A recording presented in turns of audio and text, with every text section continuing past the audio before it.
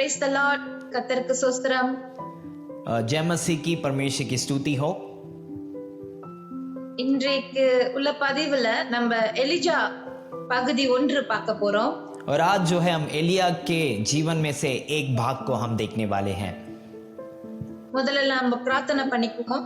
आइए हम सब मिलकर प्रार्थना करें। எங்கள் அன்பின் பரலோக தகப்பனே, இயேசு ராஜாவே, हमारे प्यारे स्वर्गीय पिता यीशु मसीह, பரிசுத்த ஆவியானவரே, இந்த அற்புதமான நாளுக்காக நன்றி. पवित्र आत्मा परमेश्वर, इस अच्छे दिन के लिए आपका धन्यवाद।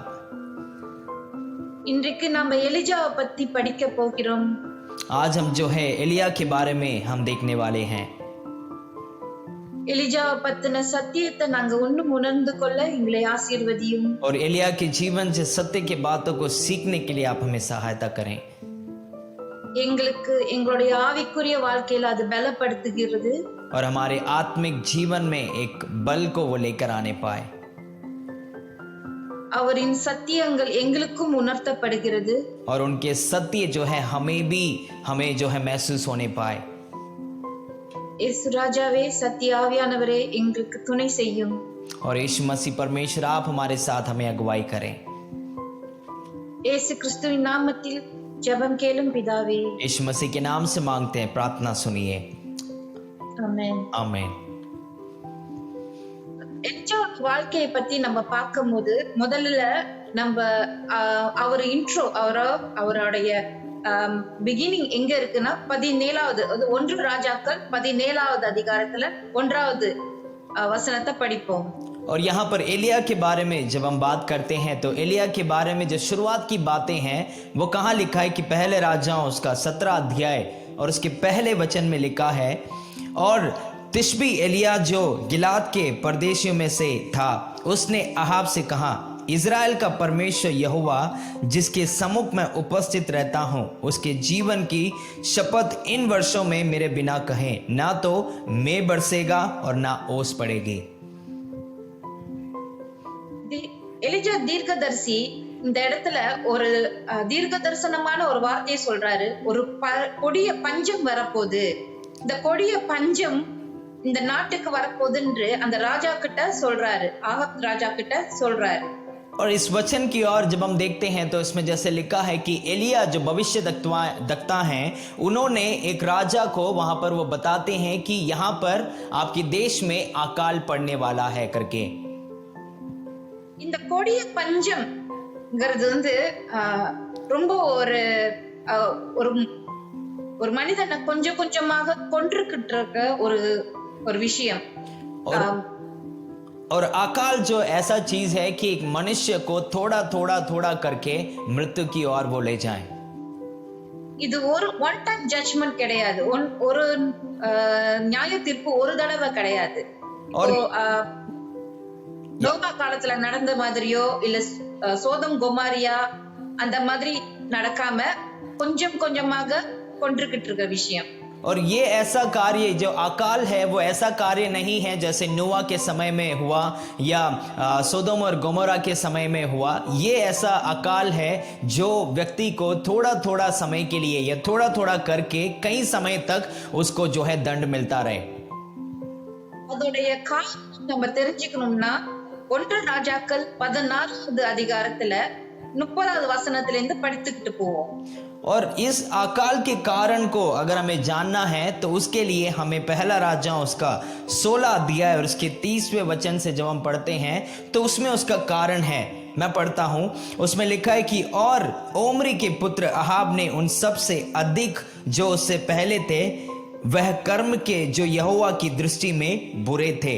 उसने तो नबात के पुत्र यरोबाम के पापों में चलना हल्की से बात जानकर सिदोनियों के राजा इतबाल की बेटी इर्जबेल से ब्याह कर बाल देवता की उपासना और उसको दंडवत किया। और उसने बाल का एक भवन शिमरोन में बनाकर उसमें बाल की एक वेदी बनाई। और अहाब ने एक अशेरा भी बनाया, वरन उसने एक सब इजरायली राजाओं से बढ़कर जो उसने पहले थे इजरायलियों के परमेश्वर यहोवा को क्रोध दिलाने का काम किया। ஆகாத் ராஜா ஜெசபேலை திருமணம் செய்து பாகால் என்கிற அவங்களுடைய தெய்வங்களை வணங்கி அவர்களுக்கு விக்கிர தோப்பையே உருவாக்கி விட்டார். और यहाँ पर हम देखते हैं कि यहाँ पर अहाब जो राजा थे वो इर्जबेल से शादी करने के बाद यहाँ पर बाल करके एक देवता की दंडवत वो करने लगे. அந்த இடத்துல பலிபீடத்துல பிள்ளைகளை பலியிடுறாங்க அந்த ராஜா. और यहाँ पर हम देखते हैं कि वहां पर बलि चढ़ाने वाले जो स्थान में वहां पर बच्चों का बलिदान वो देते हैं. எல்லா ராஜாக்களை விட இந்த ராஜா மிக மிக கொடூரமானவராக இருக்கிறார். और इस वचन में जब हम पढ़ते हैं उसमें लिखा है कि इजराइल के परमेश्वर यहोवा को क्रोध दिलाने का काम इससे भी पहले जितने राजा थे उनसे भी बढ़कर इन्होंने काम किया. பேல் கடவுளை எப்படி தேவன் ஒரு காலகட்டத்துல விரட்டி அடிச்சாரு. எரிகோ கோட்டையில விரட்டி அடிச்சாரு. ஆயி பட்டணத்தில் பெலஸ்தீன்ல பல பல பட்டணத்துல அழிச்சதுக்கு காரணம் விக்கிர ஆராதனை. और यहाँ पर हम पढ़ते हैं कि यहाँ पर जब परमेश्वर ने इससे पहले भी बाल देवता ऐसे मूर्ति पूजाओं को परमेश्वर ने इससे पहले भी कई बार हराया है. जैसे यरीहो की दीवार को टूटना, फिलिस्तियों के बीच में एक हार को जब हम देखते हैं तो ये सब जो है इन मूर्ति पूजाओं की वजह से हुआ. ஆகாத் ராஜா அது மட்டும் செய்யல, பேல் கடவுளுக்கு ஒரு பெண் கடவுளையும் சேர்த்து கொண்டார். மில்கே என்கிற ஒரு கடவுளை சேர்த்து கொண்டார், பெண் கடவுளை. இந்த ரெண்டு பேரையும் வைத்து அவர்கள் சேவிக்க ஆரம்பித்து விட்டார்கள். और यहाँ पर जब हम वचन में देखते हैं तो यहाँ पर सिर्फ अहाब ने जो है बाल करके एक मूर्ति नहीं बनाया, उसने एक और स्त्री का उसका भी मूर्ति बनाकर उसका भी दंडवत किया. இந்த விக்கிர ஆராதனை எதுக்குன்றா ஃபர்டிலிட்டி, அதாவது குழந்தை பெருகிறதுக்கு, இந்த வளர்ச்சிக்காக அவர்கள் சொந்த பிள்ளைகளையே அந்த இடத்தில் பலியிடுறாங்க. और यहाँ पर इस बाल देवता के बारे में अगर हम देखें तो यहाँ पर वो क्या करते हैं कि अपने बच्चों के या अपने जो गर्भवती के उस बढ़ोतरी के लिए अपने ही बच्चों का बलिदान वो देते हैं. தேவனின் கடும் கோபத்திற்கு இவர்கள் எல்லாம் ஆளாகிட்டார்கள். और जो है परमेश्वर के बड़े क्रोध के कारण ये लोग हुए. 1 கொரிந்தியர் 10வது அதிகாரத்துல 14வது வசனம். और यहाँ पर पहला कुरिन्थियों उसका 10वां अध्याय और उसका 14 वचन में जब हम देखते हैं उसमें इस प्रकार लिखा है कि इस कारण हे मेरे प्यारों मूर्ति पूजा से बचे रहो. விக்கிர ஆராதனை விட்டு விலகி ஓடுங்கள் என்று தேவனின் வார்த்தை நமக்கு எச்சரிக்கிறது. और यहाँ पे जैसे इस वचन में लिखा है कि परमेश्वर का वचन हमें चेतावनी देता है कि मूर्ति पूजा से तुम बचे रहो. அப்ப ஆகாப் ராஜா இத தெரிந்து அவரு கொடூர வகையில விக்கிர ஆராதனை தோப்பையே உருவாக்கிட்டார். पर इन बातों को जानने के बावजूद यहाँ पर अहाब राजा क्या करते हैं, वहां पर एक तंबू, एक स्थान या एक जो है एक भवन बना लेते हैं उस मूर्ति पूजा के लिए. இப்ப நம்ம மீண்டும் 1 ராஜாக்கள் 17வது அதிகாரத்துக்கு போய் 1வது அதிகாரத்திலிருந்து படித்து கொண்டு போவோம். और फिर से हम लोग जो है पहला राजा उसका 16 अध्याय उसके पहले वचन से हम पढ़ेंगे. पहला राजा उसका 17 अध्याय उसके पहले वचन से जब हम पढ़ते हैं उसमें लिखा है कि इन बातों के बाद उस स्त्री का बेटा जो घर की स्वामिनी थी रोगी हुआ और उसका रोग यहाँ तक बढ़ा कि उसका सांस लेना बंद हो गया. तब वह एलिया से कहने लगी कि परमेश्वर, हे परमेश्वर के जन, मेरा तुझसे क्या काम? क्या तू इजराइली मेरे यहाँ आया है कि मेरे बेटे की मृत्यु का कारण हो और मेरे पाप का स्मरण दिलाए?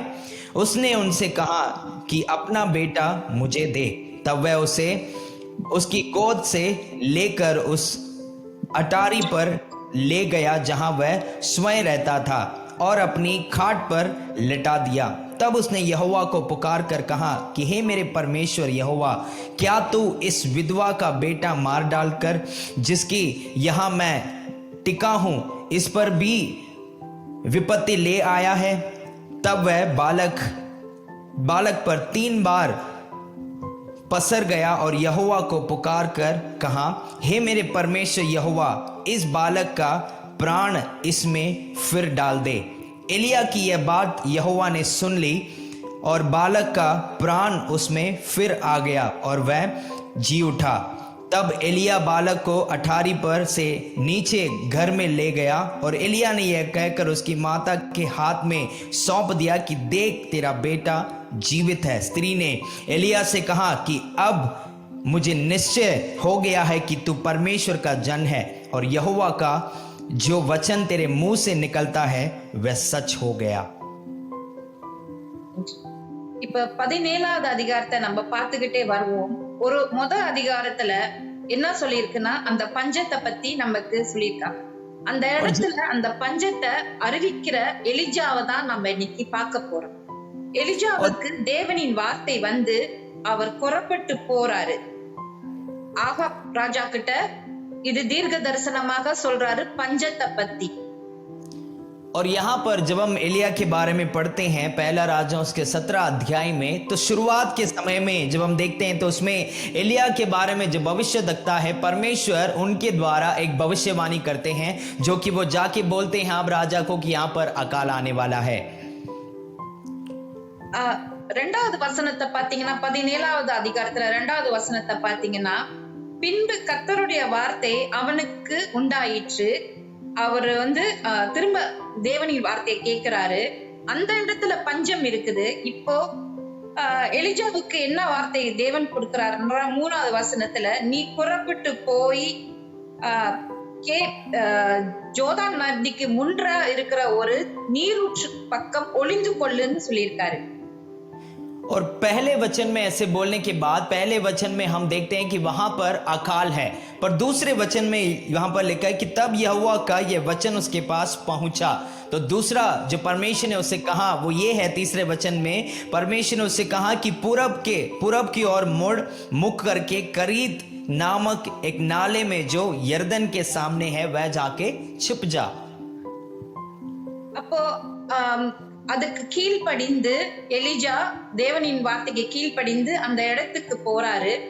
போய் இது வந்து ஜோர்தான் நதிக்கரை கிடையாது, நதியில் இல்ல, அதற்கு எதிர்ப்புறமாக இருக்கிற இடத்துல தான் இந்த சின்ன நீரூற்று இருக்குது.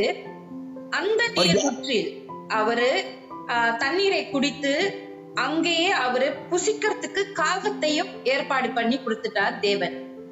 और यहाँ पर हम देखते हैं कि जब एलिया ने परमेश्वर की बात मानकर अधीन होकर वो परमेश्वर की बात सुनकर वहीं पर चला गया और वहां पर जाके छुप गया। और स्थान को जब हम देखते हैं ये यरीहो में नहीं है, ये यरीहो के सामने जो जगह है वहां पर वो पहुंच गया। वहां पर पहुंचने के बाद परमेश्वर ने उसको खाना और पीने के लिए भी उसको सब कुछ इंतजाम करके दिया। 5வது வசனத்துல 1 ராஜாக்கள் 17வது அதிகாரத்துல 5வது வசனம் அத படிங்க।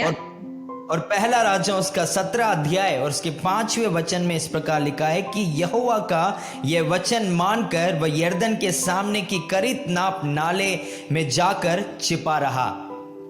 அப்போது அந்த நீரூற்றுக்கு போய் அங்கே அவர் இருந்து காகங்களால் அவர் புசிக்க ஆரம்பித்திருக்கிறார்।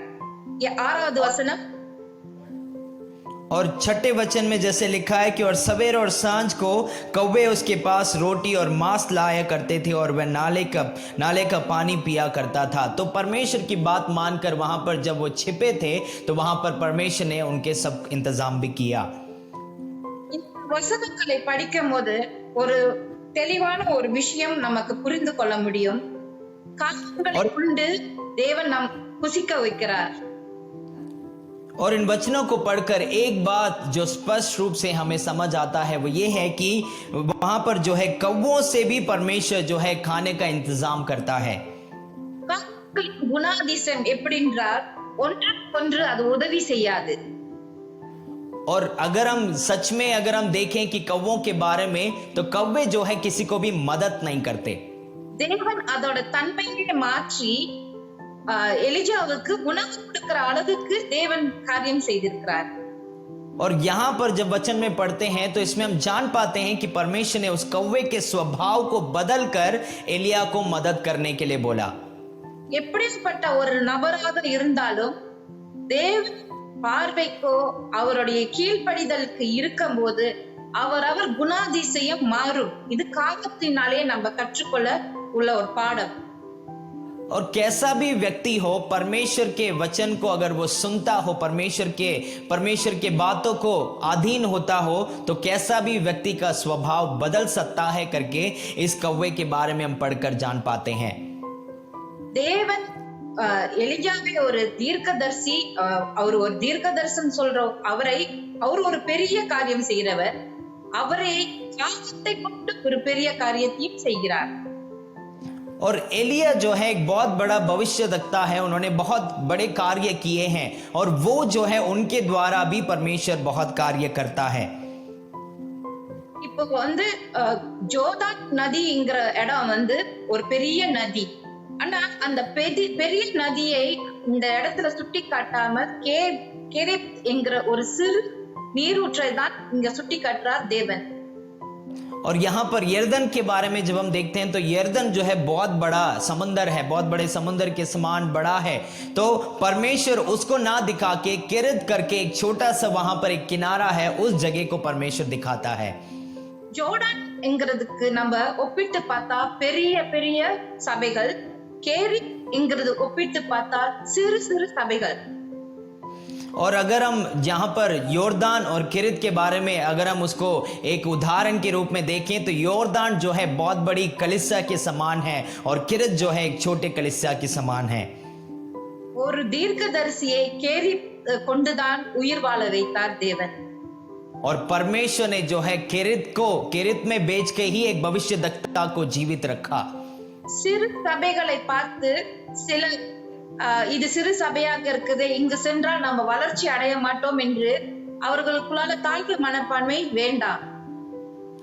और कई लोग सोच सकते हैं कि इस छोटे से कलीसिया में अगर मुझे परमेश्वर भेजता है तो यहाँ पर मैं कैसे रहूंगा, मैं कैसे बढ़ोतरी पाऊंगा करके हमें नहीं सोचना। சத்தியம் எங்க இருக்கிறதோ அந்த சபை நிச்சயமாக ஆவிக்குரிய சபையாகத்தான் இருக்கும். और जहां पर सत्य है वो जो है परमेश्वर के लिए एक आत्मिक जीवन बनता है, அங்க நம்ம வளர்ச்சி நிச்சயம் முடியும். और वहां पर हमारी बढ़ोतरी निश्चय है।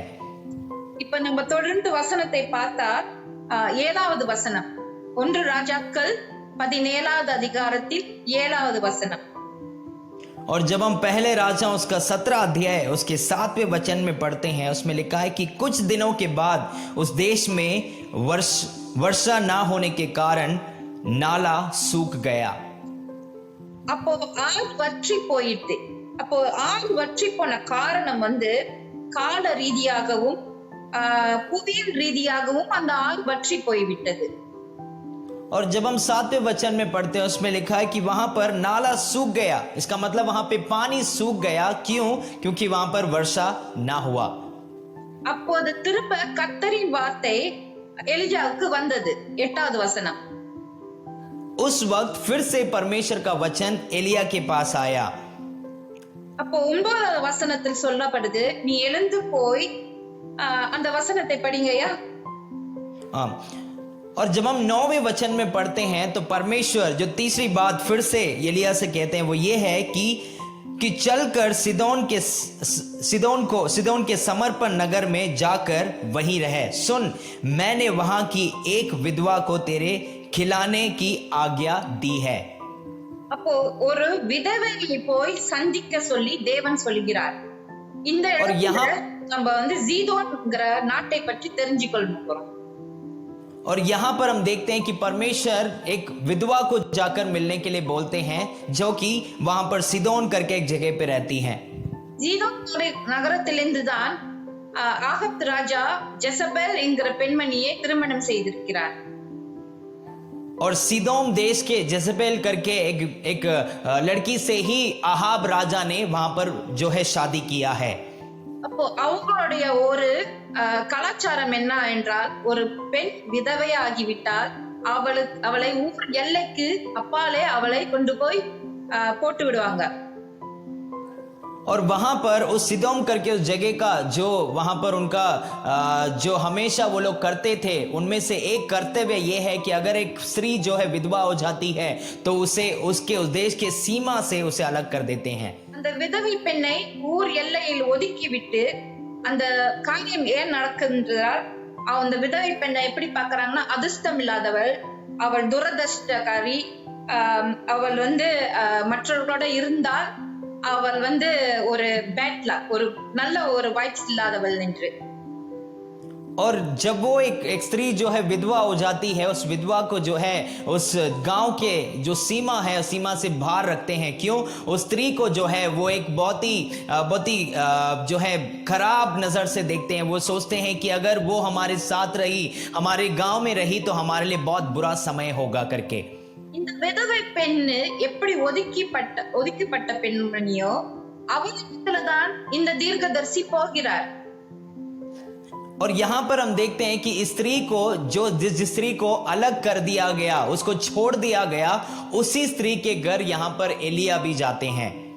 சாரிபாத் விதவை அவளுடைய நிலைமையை நம்ம 10வது வசனத்திலிருந்து படிக்க போகிறோம்। और यहां पर स्त्री के परिस्थिति को हम 10वें वचन में जब हम पढ़ते हैं तो उसमें हम जान पाते हैं। उसमें लिखा है कि सो वह वहां से चल दिया और सारपत को गया। नगर के फाटक के पास पहुंचकर उसने क्या देखा कि एक विधवा लड़की बिन रही थी।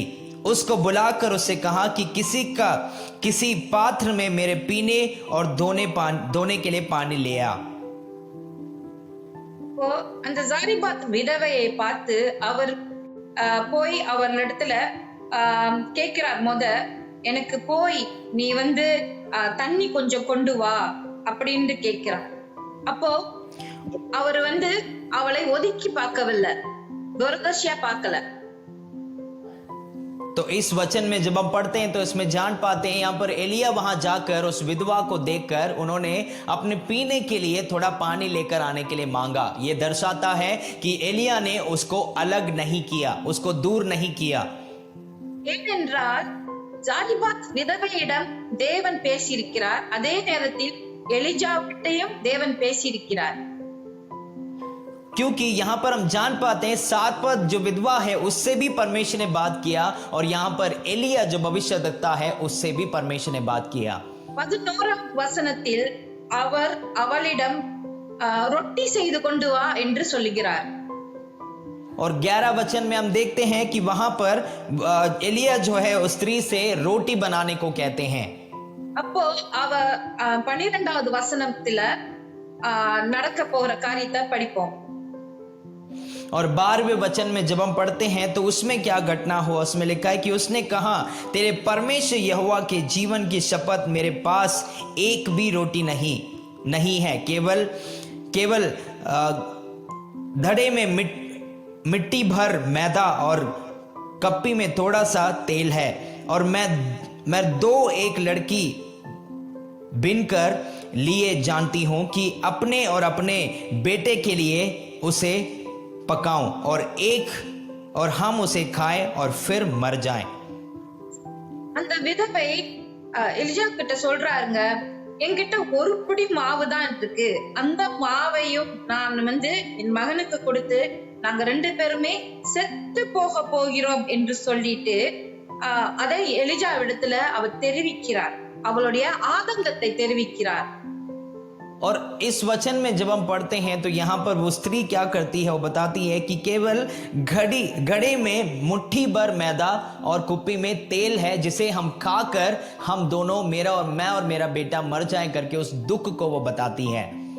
அப்போது எலியா அவளுக்கு ஒரு அற்புதமான ஒரு அடையாளத்தை அங்க செய்கிறார்। और उस समय में एलिया जो है एक अद्भुत कार्य, एक चमत्कार को वहां पर वो करते हैं। நம்ம 13வது वचनத்தை படிக்கிறோம், பாப்போம்। और 13वें वचन में इस प्रकार लिखा है कि एलिया ने उससे कहा कि मत डर, जाकर अपनी बात के अनुसार कर, परंतु पहले मेरे लिए एक छोटी सी रोटी बनाकर मेरे पास ले आ, फिर इसके बाद अपने और अपने बेटे के लिए बनाना।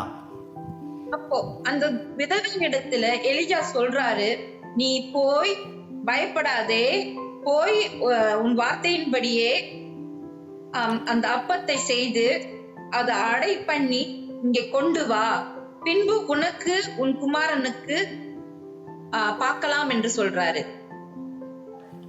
और यहाँ पे जब 13वें वचन में पढ़ा हमने, वैसे ही उसने एलिया ने वहां पर बोला कि तू जैसे तू बोलती है वैसा ही तू कर, तो उससे पहले मेरे लिए एक छोटा सा एक रोटी बना और मेरे लिए लेकर आ, और उसके बाद तू अपने लिए और अपने बेटे के लिए तू बना. 14 வசனத்தில் பார்க்கும்போது திரும்ப ஒரு தீர்க்க தரிசனமான ஒரு வார்த்தையை எலியா சொல்கிறார். और जब हम 14 वचन में पढ़ते हैं तो यहाँ पर एक भविष्यवाणी के द्वारा एक वचन को यहाँ पर एलिया बोलते हैं. वो क्या है? उसमें लिखा है कि क्योंकि इज़राइल का परमेश्वर यहोवा यों कहता है कि जब तक यहोवा भूमि पर में ना बरसाएगा तब तक ना तो उस घड़े का मैदा चूकेगा और ना उस कुप्पी का तेल घटेगा. அவர் சொன்ன மாதிரியே அவர்களின் பாத்திரத்தில் அவர்கள் எண்ணெய் பஞ்சமாகவில்லை, அவர்கள் மாவு குறைந்து போகவில்லை, அது நிறைந்துதான் இருந்தது. और जैसे एलिया ने वहां पर भविष्यवाणी किया वैसे ही उनके घड़े में जो वहां पर जो आटा था, जो वहां पर वो था मैदा था, वो जो है हमेशा वहां पर रहा, और जो उनके पास तेल था वो भी वहीं पर रहा, वो कभी खत्म नहीं हुआ. 17வது வசனத்தையும் நம்ம பார்த்தோம்னா தேவன் செய்த அற்புதம் அங்க தெரியப்படுது. और जब हम 17 वचन में पढ़ते हैं तो उसमें हम देख पाते हैं कि परमेश्वर का एक और चमत्कार वहां पर हुआ. தேவன் ஒரு விதவையின் வாழ்க்கையில அவரு உதவிகரம் நீட்டி இருக்கிறாரு ஒரு தீர்க்கதரிசியின் மூலமாக. और यहाँ पर 17 वचन में हम पढ़ते हैं कि परमेश्वर जो है भविष्यद्वक्ता के द्वारा एक विधवा के उसके परिवार में परमेश्वर अद्भुत कार्य करता है.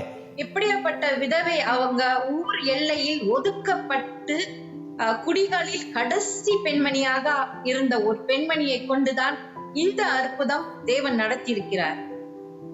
और किस स्त्री के बारे में हम पढ़ रहे हैं? जैसे मैंने पहले बताया, वो स्त्री जिसको पूरे गांव के लोगों ने अलग कर दिया, उसको दूर कर दिया, जो कि आखिरी स्त्री करके माना जाता है, उसी के जीवन में परमेश्वर ने कार्य किया.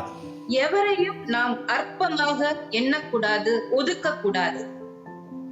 और इसलिए हमें भी किसी को भी एक जो है अपमान नहीं करना चाहिए, किसी को दूर नहीं करना चाहिए. யாரையும் எதுக்கும் உதவாதவர்கள், பிரயோஜனம் இல்லாதவர்கள் அப்படி என்று யாரையும் ஒதுக்க கூடாது. और किसी को भी ये किसी भी प्रयोजन नहीं है, ये किसी के भी लायक नहीं है करके हमें नहीं समझना. நமக்கு ஒரு சர்ப்ரைஸ் இருக்கும், ஒரு அதிசயமாக இருக்கும், இவங்களாகவும் இந்த காரியங்கள் செய்ய முடியும் என்று. और हम जो है कई लोगों को देखकर हम अचंभे हो सकते हैं कि ये व्यक्ति भी ये कार्य कर सकता है क्या. தேவன் எலியாவை கொண்டு திரும்ப அந்த இடத்துல ஒரு பெரிய அற்புதத்தை செய்யறாரு. நம்ம 17வது வசனத்தை படிப்போம். और यहाँ पर जब हम 17 वचन में पढ़ते हैं, परमेश्वर एलिया के द्वारा एक और अद्भुत कार्य करते हैं. वो क्या है? उसमें लिखा है कि उन बातों के बाद उस स्त्री का बेटा जो घर की स्वामिनी थी रोगी हुआ, और उसका रोग यहां तक बढ़ा कि उसका सांस लेना भी बंद हो गया. அந்த மகனுக்கு உடல்நிலை குறைவாகிடுச்சு. சோ அந்த இடத்துல ஒரு அற்புதத்தை தேவன் செய்ய போகிறார். நம்ம 18வது வசனத்தை படிப்போம். और यहाँ पर देखते हैं कि उसका जो विधवा का बेटा जो कि वो रोगी हुआ, उसके लिए परमेश्वर एक चमत्कार करते हैं. 18 वचन में लिखा है कि तब वो एलिया से कहने लगी कि हे परमेश्वर के जन, मेरा तुझसे क्या काम? क्या तो इजराइलियां ये मेरे यहाँ आया है कि मेरे बेटे की मृत्यु का कारण हो और मेरे पाप का स्मरण दिलाए. அப்போ அந்த விதவை அவளுடைய மனக்குரலை எலியாவிடத்துல சொல்றாங்க. என் பாவத்தை கேட்டுட்டீங்களோ, அதனால என் மகனை இப்படி சீக்கா இருக்கிறாரு அப்படின்ட்டு புலம்ப ஆரம்பிச்சிட்டாங்க. और यहाँ पर 18 वचन में वो स्त्री क्या करती है? एलिया से बोलती है कि क्या तू मेरे पाप को जानकर तू मेरे पास आया है कि तू मेरे बेटे के जो मृत्यु का कारण बने, और ऐसे करके वो अपनी बातों को वो बताती है दुख होकर. இதே பெண்மணிக்கு முன்னால்தான் எலிஜா ஒரு பெரிய பெரிய அற்புதத்தை செய்தாங்க. और इसी स्त्री के सामने एलिया ने जो है बहुत बड़े अद्भुत काम को अभी किया है. பானையில மாவும் எண்ணெயும் வழிந்தோடுது, அவங்களை சுத்தி இருக்கிறவங்களுக்கு எல்லாம் அது ஆகாரமாக ஆனது. அற்புதத்தை தேவன் செய்திருக்கிறார். और मैदा और तेल के जो है दो कार्य को लेकर एलिया ने परमेश्वर ने एलिया के द्वारा बहुत बड़ा अद्भुत कार्य किया, जिसके द्वारा उसके और उसके आसपास के लोग संतुष्ट हुए.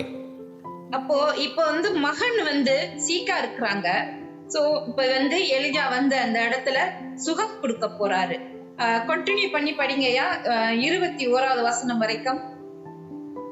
ओके, तो यहाँ पर हम देखते हैं कि यहाँ पर उसके बाद क्या हुआ, उस स्त्री का जो बेटा है वो रोगी हुआ. रोगी होने के बाद यहाँ पर एलिया जो है उसके लिए भी एक चमत्कार कार्य करते हैं. उसके आगे जब मैं 17 वचन से पढ़ता हूँ उसमें लिखा है कि इन बातों के बाद उस स्त्री का बेटा जो घर की स्वामिनी थी रोगी हुआ और उसका रोग यहाँ तक बढ़ा कि उसका सांस लेना भी बंद हो गया. तब वह एलिया के पास कहने लगी कि हे परमेश्वर के जन, मेरा तुझसे क्या काम, क्या तू इजराइली जो यहाँ आया है कि मेरे बेटे और मृत्यु का कारण हो और मेरे पाप का स्मरण दिलाए. उसने उससे कहा कि अपना बेटा मुझे दे. तब वह उसे उसकी गोद से लेकर उस कटोरी पर ले गया जहां वह स्वयं रहता था और अपनी खाट पर लिटा दिया. तब उसने यहोवा को पुकार कर कहा कि हे मेरे परमेश्वर यहोवा, क्या तू इस विधवा का बेटा मार डालकर जिसके यहाँ मैं टिका हूं इस पर भी विपत्ति ले आएगा. तब वह बालक पर 3 बार पसर गया और यहोवा को पुकार कर कहा कि हे मेरे परमेश्वर यहोवा, जिस बालक का प्राण इसमें फिर डाल दे. एलिया की यह बात यहोवा ने सुन ली और बालक का प्राण उसमें फिर आ गया और वह जी उठा. இந்த இடத்தில் எலிஜா தேவனிடத்தில் மன்றாடி கேட்கின்றார், இந்த பிள்ளையின் ஆத்மாவை திருப்பி தாரும் தேவனே, இந்த பிள்ளையை சுகமாக்குங்கள், எழுப்பி உட்கார வைங்கள் என்று அவர் விடாம பிரார்த்தனை பண்றாரு. और जैसे हमने इन वचनों को पढ़ा तो यहाँ पर देखते हैं एलिया जो है उस बेटे के लिए वो प्रार्थना करता है, मध्यस्थता की प्रार्थना कि परमेश्वर आप इसके अंदर फिर से जी ले आइए और इसको फिर से बिठाइए करके. தேவன் எப்படியாப்பட்ட ஒரு தேவன், அற்புதமான தேவன். அவர் 22வது வசனத்துல சொல்றாங்க, தேவன் கேட்டாரு எலியாவின் ஜெபத்தை, சத்தத்தை கேட்டார் தேவன். 22 और 22वें वचन में जैसे लिखा है कि परमेश्वर ने एलिया की प्रार्थना को सुन ली. பிள்ளையின் ஆத்மாவை திருப்பி தந்திருக்கிறார் தேவன். और यहां पर हम पढ़ते हैं कि परमेश्वर ने उसकी आत्मा को, उसके जी को फिर से दे दिया. வசனம் 23 24 சேர்ந்து படிங்க. और जब हम 23 और 24 वचन को पढ़ते हैं उसमें लिखा है कि तब एलिया बालक को अटारी पर से नीचे घर में ले गया और एलिया ने कहकर उसकी माता के हाथ में सौंप दिया कि देख तेरा बेटा जीवित है. स्त्री ने एलिया से कहा कि अब मुझे निश्चय हो गया है कि तू परमेश्वर का जन है और यहोवा का जो वचन तेरे मुंह से निकलता है वह सच होता है. அந்த பிள்ளை எழுந்து சுகம் அடைந்த பிறகு அந்த தாய் ரொம்ப சந்தோஷமாக எலிஜாவை நோக்கி சொல்றாங்க, நீ தேவனின் மனுஷன், நீ உண்மையான தேவனின் மனுஷன். அவங்களுடைய சந்தோஷத்தை அந்த இடத்துல வெளிக்காட்டுறாங்க. और यहाँ पर जब उस स्त्री का बेटा जीवित हुआ तो उसको देखकर वो माता, वो विधवा जो है बोलने लगी कि तू सच में परमेश्वर का जन है और मैं जिस परमेश्वर का वचन तेरे मुंह से निकलता है वो भी सच है. தேவனை கொண்டு, தேவன் அந்த எலிஜா மாதிரி ஒரு தீர்க்கதரிசியை கொண்டு அற்புதமாக சுகம் அளிச்சிருக்கிறார் இந்த இடத்துல. और परमेश्वर जो है यहाँ पर एलिया जो भविष्यवक्ता इसके द्वारा एक अद्भुत कार्य किया. ஜீதோன் நாடு முதல் மனுஷியான ஜெசபேல் முதல் மனுஷி. அப்படி பார்க்கும்போது இந்த சாரிபாத் விதவை அவங்கள குடியில்ல கடைசி பெண்மணி. और यहाँ पर जब जिजबेल के बारे में, जो आहाब की पत्नी है, उसके बारे में जब हम देखते हैं तो वो पहली स्त्री है, वो पहले स्त्री में आती है। पर यहाँ पर जब हम इस स्त्री, इस विधवा के बारे में देखते हैं तो ये एक आखिरी स्त्री है करके वहां पर बताते हैं। முதல் பெண்மணி அவங்களை ஒப்பிட்டு கடைசி பெண்மணியை ஒப்பிட்டு இந்த அற்புதத்தை தேவன் செய்தது கடைசி பெண்மணிக்கு தான்। और यहाँ पर पहले स्त्री जो जजबेल है और आखिरी स्त्री, इस स्त्री को, दोनों को जब हम तुलना करते हैं तो परमेश्वर ने आखिरी स्त्री के जीवन में ही कार्य किया। தேவன் எப்படியாப்பட்ட ஒரு எளிமையான இருக்கிறவர்களிடத்திலும் தேவன் விசாரிக்கிறவராய் இருக்கிறார்। और परमेश्वर जो है, चाहे कितनी भी परेशानी में, कितना भी दुखित जीवन जी रहे हो, उस व्यक्ति को भी परमेश्वर उसके बारे में स्मरण लेता है। அதிர்ஷ்டமில்லாதவள், துரதிர்ஷ்டக்காரி, வேண்டாதவள் என்று ஊர் எல்லையை விட்டு அவளை துரத்தி வைத்தவர்கள், ஆனால் தேவன் அவளுக்கு ஒரு அற்புதத்தை செய்திருக்கிறார்। और लोगों ने, उसके गांव के लोगों ने, ये अशुभ है, यह हमारे लिए नालायक है करके उस स्त्री को जो है दूर कर दिया, पर उसी को लेके परमेश्वर ने एक अद्भुत कार्य किया। பஞ்சத்துல செத்து போக போன அவளும் அவள் குடும்பத்தினரையும் தேவன் விசாரித்திருக்கிறார்। और अकाल में मर जाने वाले स्थिति में रहने वाले वो और उसके बेटे को परमेश्वर ने वहां पर, उसको, उस परिवार को परमेश्वर ने देखा। அவளும் தேவனின் வார்த்தைக்கு கீழ்ப்படிந்து ஒரு தீர்க்கதரிசி, ஒரு அந்நிய மனுஷன் என்று பாராமல் தேவனின் வார்த்தைக்கு கீழ்ப்படிந்து அவளும் அதற்கு நடந்திருக்கிறார்। और वो स्त्री भी एक अन्य एक व्यक्ति है करके ना सोचकर परमेश्वर का भविष्यद्वक्ता की बात मानकर उसने हर एक कार्य को पूरा किया। எலிஜாவின் இந்த வாழ்க்கையை குறித்து நம்ம படிச்சு கொண்ட பாடத்தின் சுருக்கத்தை இப்ப பார்க்கலாம்। और एलिया के बारे में जो पहला भाग हमने देखा, इसमें से हम क्या सीखते हैं करके एक छोटा सा कार्य को हम देखेंगे। முதல்ல நம்ம பார்க்க வேண்டியது கீழ்ப்படிதல்। और पहला कार्य जो हमें इसके इस पहले भाग में हम सीखते हैं वो है आज्ञाकारिता। தேவனின் கட்டளைக்கு கீழ்ப்படியணும், தேவனின் வார்த்தைக்கு கீழ்ப்படியணும்। परमेश्वर की आज्ञाओं का पालन करना, परमेश्वर के वचन का पालन करना। அப்படி கீழ்ப்படியும் பிள்ளைகளுக்கு தேவன் நிச்சயம் அவர்களுக்கு வேண்டியதை அவர் செய்வார்। और जो उसका आज्ञाकारिता करता है उसको परमेश्वर उनके जरूरत को भी पूरा करता है। அவர் பாதுகாத்துக் கொள்ளுவார்। और वो जो है सुरक्षित कर लेता है। எப்படி காகத்தை வைத்து அவர் போஷிக்க செய்தாரோ, और जैसे एलिया को परमेश्वर ने कौवों के द्वारा उसको खिलाया, ஒரு விதவையை கொண்டு அவர் அவர்களுக்கு ஒரு போஜனையை கொடுத்தாரோ, और जैसे विधवा को जो है उसके लिए खाना दिया, இப்படி தேவனுக்கு கீழ்ப்படிந்தவர்களை தேவன் நிச்சயம் பாதுகாத்து ஆசீர்வதிக்கிறார்।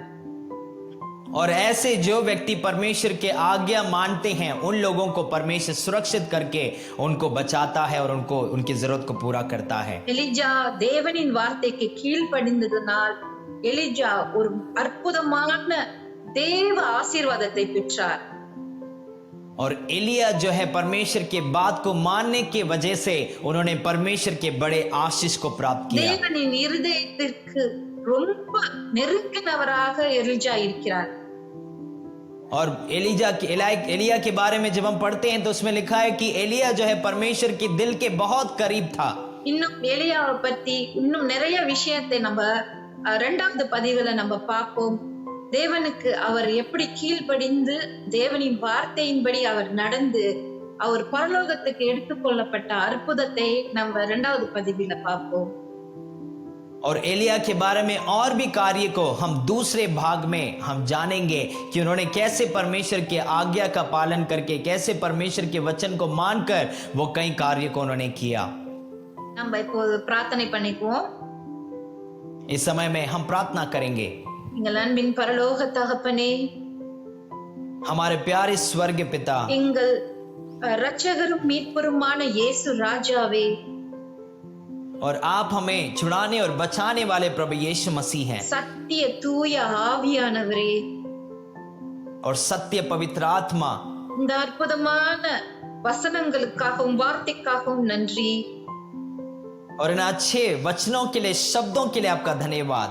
எலிஜாவின் வாழ்க்கைக்காக நன்றி. एलिया के जीवन के लिए धन्यवाद।